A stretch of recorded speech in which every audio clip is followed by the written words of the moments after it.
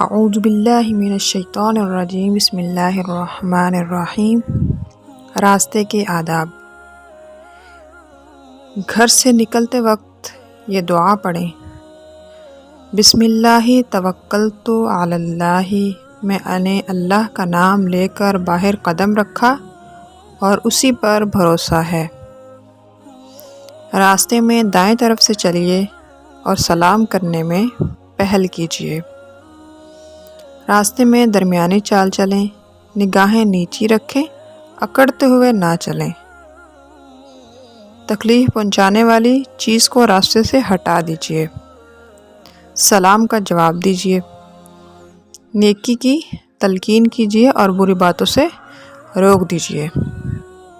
بھولے بھٹکوں کو راستہ دکھائیے۔ مصیبت کے ماروں کی مدد کریں۔